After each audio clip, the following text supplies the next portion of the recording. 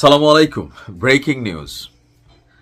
সেই প্রথম থেকে বলছিলাম, যখন জাতীয় নাগরিক পার্টি দলটা তৈরি হয়েছে, দলটার উদ্বোধনী যে মহা আয়োজন ছিল, জাঁকজমকপূর্ণ, ইভেন ওই দিন তাদের নেতাদের যে কিছু বক্তব্য ছিল, তখনই বলছিলাম মানে কি বলা হয় যে অতি কি বলা হয় যে ধরেন ছটফটাই না জিনিস বেশিক্ষণ থাকে না।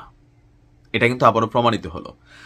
আপনার এনসিপির ভবিষ্যৎ কি এই মুহূর্তে কিন্তু বাংলাদেশের যে কোনো মানুষ বুঝে। ভাই, ওই সার্জিস হাসনাত আবদুল্লাহরা কি বলতে সেটা জরুরি না। মাঠ পর্যায়ের বিষয়টা হচ্ছে এই যে দলটার যে সম্ভাবনা ছিল, তাদের নেতৃত্বের ভুলের কারণে, বিতর্কে জড়িয়ে যাবার কারণে, দুর্নীতি, নারী কেলেঙ্কারি, বিভিন্ন জিনিস এদের মধ্যে যখন চলে আসছে, তখন মানুষের কাছে মুহূর্তের মধ্যে এরা কিন্তু ওজন হারাই ফেলছে। প্লাস বিপরীত দলের নেতাদেরকে নিয়ে অধ্যত্বপূর্ণ বেয়াদবিমূলক কথাবার্তা, রাজনৈতিক শ্লিষ্টতা যেটা, সেটা না থাকার কারণে এই দলটার পরিণতি খারাপের দিকে যাচ্ছে। আজকে সাংবাদিক ইলিয়াস দেখেন, এনসিপির মূল যে পিলারগুলা, পিনাকি, সাংবাদিক ইলিয়াস, কনক সারোয়ার, মাহমুদুর রহমান, এরা কিন্তু মূল পিলার, মানে মার্কেটটারে ব্যালেন্স রাখে।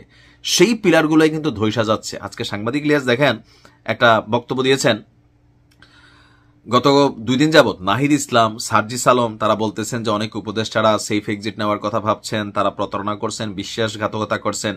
আর এই জায়গাগুলা নিয়ে তারা যখন এইসব কথা বলতেছেন, তো তাদেরকে কি কেউ পরামর্শ আগে দিছিল বা একটা গাইডলাইন দিছিল, তোমরা যেটা করতেছো এটা কিন্তু এরকম ভবিষ্যৎ হবে, দিছিল? তো এর মধ্যে প্রধান যিনি একজন সাংবাদিক ইলিয়াস, তিনি আজকে আপনার এনসিপির গোষ্ঠী উদ্ধার করে দিচ্ছেন। তার বক্তব্য যে আমি তো 5 তারিখের মানে 5ই আগস্টের পরের 6 দিনের মাথায় বলছিলাম, শুনছিলেন? আসল কাজ বাদ দিয়ে ধান্দাবাজিতে নেমে গিয়েছিলেন। কথা কিন্তু সত্য। এরা প্রত্যেকেই কম বেশি টাকা পয়সা কামানো, প্রভাব প্রতিপত্তি, বিভিন্ন সেক্টরে নিজেদের লোক নিয়োগ করা, বদলি, ট্রান্সফার, ডিসি, ম্যাজিস্ট্রেট, যা পারছে, মানে হঠাৎ করে পাইলে যা হয় আর কি, অল্প পানির মাছ বেশি পানিতে পড়লে আউলাই ফেলছে। তো ইলিয়াস সেই কথাটাই বলছেন যে আপনারা মনে করছিলেন নিজেরা বিশাল কিছু হয়ে গেছেন, এখন কাঁদেন কেন? এনসিপি বলে এদেশে কিছু থাকবে না, এটা সত্যি। এদেশে সর্বোচ্চ বিকাশ পার্টির মতো কিছু একটা হতে পারবেন, মানে ভিপিনুরের দলের মতন। সেম ভিপিনুর এই বিকাশ খাইতে খাইতে রাশের টাশের যারা আছে, এরা নিজেদের ওজন হারাই ফেলছে। তারপরও কিছু লোক আছে, টাকা পয়সা এখন এদেরকে দেয়, এরাও বিভিন্ন ব্যবসা বাণিজ্যে জড়াইয়া ওই বিকাশ পার্টির মতন এনসিপির ভবিষ্যৎ। ইলিয়াস বলছেন যে জামাত বিএনপির বাইরে 10-15 বছর পরে আওয়ামী লীগ আসতে পারে, তবে এনসিপি না। এটা সত্য, 10-15 বছর লাগবে না। ইলিয়াসের এই ক্যালকুলেশনটা একটু ভুল আছে। 5 বছর পরে আওয়ামী লীগ চলে আসবে, কারণ আমাদের ক্ষমতাসীন দলগুলো সবসময় এরকমই করে। হ্যাঁ, তো এনসিপি আর আসবে না।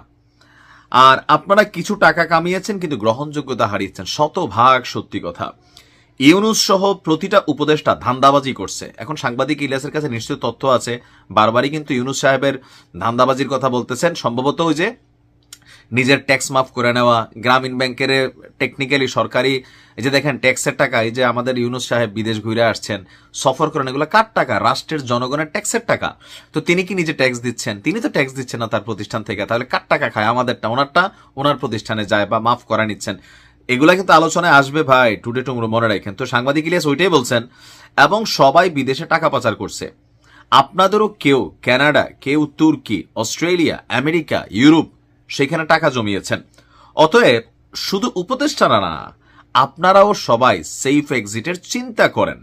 সামনে আওয়ামী লীগ মারবে, এটাও 100% সত্যি। আর এই কারণে এনসিপি, ওই বিকাশ নুরুর যে দল, তারা কিন্তু মনে করলেন যে ঘুম হারা ভাই, যে এদের ভবিষ্যৎ কি হবে। স্বাভাবিক, আওয়ামী লীগের জায়গা থেকে আওয়ামী লীগ শক্ত রিয়েকশন দিবে, এটাতে কোনো ভুল নাই। তবে সাংবাদিক ইলিয়াস এটাই বলছেন যে আওয়ামী লীগ মারবে, বিএনপি মারবে, বিএনপিও মারবে। কেন মারবে? এই যে ধরেন নাসিরউদ্দিন পাটোয়ারি সহ, মানে এই এনসিপির নেতারা মাঝে মাঝে শহীদ প্রেসিডেন্ট জিয়াউর রহমানকে নিয়ে বা বিএনপির যে সিনিয়র নেতাদেরকে নিয়ে যে ধরনের বক্তব্য দেয়, স্পষ্ট বেয়াদবি অনেক জায়গায়। এগুলা কিন্তু আপনি সমালোচনা করবেন, কিন্তু ভাষা প্রয়োগ গুন্ডা পান্ডা এরকম স্টাইলে কিন্তু কথাবার্তা বলেন ভাই, মানুষ এগুলো পজিটিভ নেয় না। আপনারা নিজেদেরকে দেখিয়ে বুঝতেছেন আজকে। তো ইলিয়াস সেটাই বলছেন যে আওয়ামী লীগ মারবে, বিএনপি মারবে, কথা না শুনলে জামাতও মারবে। আচ্ছা, এরপরে বলছেন আমার একটু দুর্বলতা আছে, তাই ভালোবাসা দিয়ে বললাম, তবে ভবিষ্যৎ তোমাদের অন্ধকার। যাদেরকে আদর করে উপদেষ্টা বানিয়েছ, তারাই এখন বেগুন, আলু, মূলা ধরাই দিছে। অথচ তাদের পক্ষ হয়ে আমাদের বিরুদ্ধে দাঁড়িয়েছিলেন, মনে আছে? এখন নাকে তেল দিয়ে ঘুমান। সামনে নির্বাচন জামাত আর বিএনপির মধ্যে, এটা স্পষ্ট। এনসিপির কোন নেতা, আমি আজকের লাইভে চ্যালেঞ্জ দিয়ে বলে যাই, হাসনাত বলেন, সার্জিস বলেন, আক্তার বলেন, যারা বলেন, এনসিপির কোন একজন নেতা এমপি হওয়া তো দূরের কথা, একটা মেয়র হওয়া তো দূরের কথা, একটা উপজেলা চেয়ারম্যান হইতে পারবে না তার উপজেলাতে। আমার এই চ্যালেঞ্জটা, যদি বাংলাদেশে কখনো নির্বাচনে আওয়ামী লীগ, বিএনপি, জামাত, জাতীয় পার্টি আসে, আওয়ামী লীগরা বাদ দিও, বিএনপি, জামাত, জাতীয় পার্টি যদি মাঠে থাকে, এনসিপি আর এই দলগুলা যদি কোনো সাপোর্ট না দেয় অথবা নিজেদের আসন না ছাইরা দেয়, এরা একটা উপজেলার চেয়ারম্যান হওয়ার যোগ্যতা কারো নাই। এখন এরা এটা বোঝে নাকি বোঝে না? অবশ্যই বোঝে। এদের দৌড়টা হচ্ছে শুধুমাত্র সচিবালয়, কেন্দ্রীয় ওই যে ডক্টর ইউনুস, এই বংচং 2-4-10টা জায়গায়, এর বাহিরে লোকাল এলাকা এদেরকে তো প্রতিহত করার ঘোষণা দেয়। তো বলে ভাই ওই যে এলাকায় গেলে সাপোর্ট দেখি, ভাই কোটি কোটি টাকা কামাইছে কম বেশি, এলাকার মানুষ যারা ভাগ পাচ্ছে এরা তো লাফাবেই। এনসিপির জন্য খুবই অন্ধকার একটা সময় কিন্তু আসতেছে। এখনো হয়তোবা সময় আছে, বাট আমি জানি না কতটুকু আছে। আর এই যে অনলাইন কিংরা, তারা বেঁকে গেলে মুহূর্তের মধ্যে আরেকটা ন্যারেটিভ, যারা সাপোর্টিং এ আছে এরা উল্টাই যাবে। শত্রুর তো অভাবই নাই। তবে এনসিপির জন্য খুবই কালো একটা অধ্যায় আসতে যাচ্ছে, এটা প্রমাণিত। ভালো থাকুন।